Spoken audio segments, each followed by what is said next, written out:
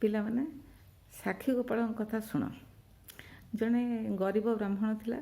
ସେ ବାଙ୍କି ବିହାରୀଙ୍କର ଖୁବ୍ ବଡ଼ ଭକ୍ତ ଥିଲା। ସବୁଦିନ ମନ୍ଦିରକୁ ଯାଏ, ଭଗବାନଙ୍କୁ ଦର୍ଶନ କରେ, ମୁଣ୍ଡିଆ ମାରିକି ଆସେ।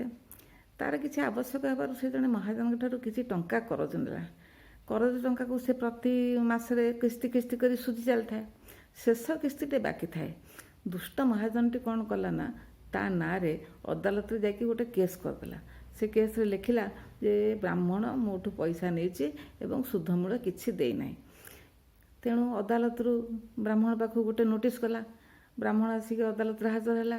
ତାକୁ ନ୍ୟାୟାଧୀଶ କହିଲେ ତମେ ଏ ମହାଜନଠାରୁ ଟଙ୍କା ନେଇଛ ଏବଂ କିଛି ସୁଝିନ, ବର୍ତ୍ତମାନ ସୁଧ ଆଉ ମୂଳ ସହିତ ତାଙ୍କୁ ପୈଠ କର। ସେ କେସ୍ କରିଛନ୍ତି।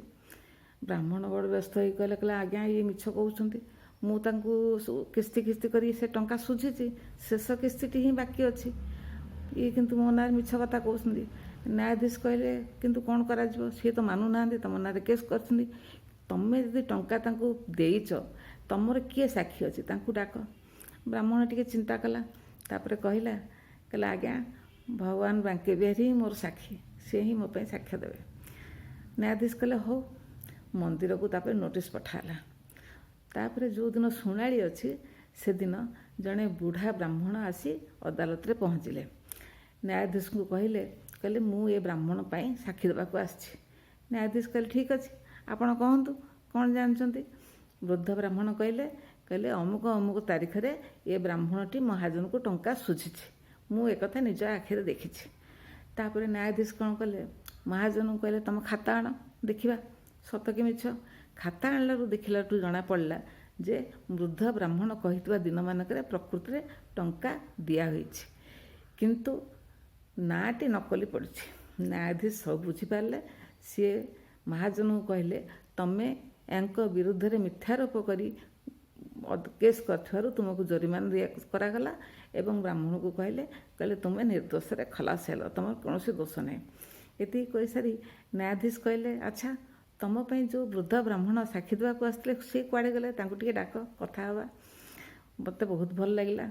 ତାପରେ ଏକଥା ଶୁଣି ବ୍ରାହ୍ମଣ କହିଲେ ଆଜ୍ଞା, ସିଏ ତ ନାହାନ୍ତି, ସିଏ ଚାଲିଗଲେଣି। ସିଏ ତ ଭଗବାନ ମୋ ପାଇଁ ଆଉ ମୋ ପାଇଁ କିଏ ଆସିବ, ଭଗବାନ ହିଁ ନିଜେ ମୋ ପାଇଁ ସାକ୍ଷୀ ଦେବାକୁ ଆସିଥିଲେ ଆଜ୍ଞା, ସିଏ ଚାଲିଗଲେଣି। ଏକଥା ଶୁଣିକି ନ୍ୟାୟାଧୀଶଙ୍କର ହୃଦୟରେ ପରିବର୍ତ୍ତନ ଆସିଗଲା। ତାଙ୍କ ମନରେ ବହୁତ ଭାବାନ୍ତର ସୃଷ୍ଟି ହେଲା। ସେ ଭାବିଲେ ସତରେ ଯିଏ ସତରେ ଥାଏ ଆଉ ଯିଏ ପ୍ରକୃତିରେ ଭଗବାନଙ୍କୁ ଭକ୍ତି କରୁଥାଏ, ତା ପାଇଁ କ'ଣ ଭଗବାନ ଏମିତି ସାକ୍ଷୀ ଦେବାକୁ ଚାଲି ଆସନ୍ତି। ଆଜି ତ ଆସିଲେ ନା, ସେ ନିଜେ ବି ଅନୁଭବ କଲେ ଯେ ପ୍ରକୃତିରେ ଏଇ ଯେଉଁ ଗରିବ ବ୍ରାହ୍ମଣଟି ପାଇଁ ନିଜେ ପ୍ରଭୁ ହିଁ ଆସି ଏଠାରେ ସାକ୍ଷ୍ୟ ପ୍ରଦାନ କଲେ। ଏ ଘଟଣା ପରେ ଜଜ୍ ସାହେବଙ୍କ ମନ ବି ପରିବର୍ତ୍ତନ ହୋଇଗଲା। ସେ ସଂସାରରୁ ସନ୍ନ୍ୟାସ ନେଇକରି ତପସ୍ୟା କଲେ। ପିଲାମାନେ, କଥାଟି କହିବାର ମର୍ମ ଏଇଆ ଯେ ଆମେ ଯଦି ସତ୍ରେ ଥିବା, ଭଗବାନଙ୍କ ଉପରେ ସେମିତି ବିଶ୍ୱାସ ରଖିଥିବା, ଠିକ୍ କାମ କରୁଥିବା, ଯଦି କୌଣସି ବିପଦ ଆମ ଉପରକୁ ଆସିଲା, ଭଗବାନ ନିଶ୍ଚୟ ଆମକୁ ହେତୁରୁ ଉଦ୍ଧାର କରିବେ। ଏଥିରେ କିଛି ବି ସନ୍ଦେହ ନାହିଁ।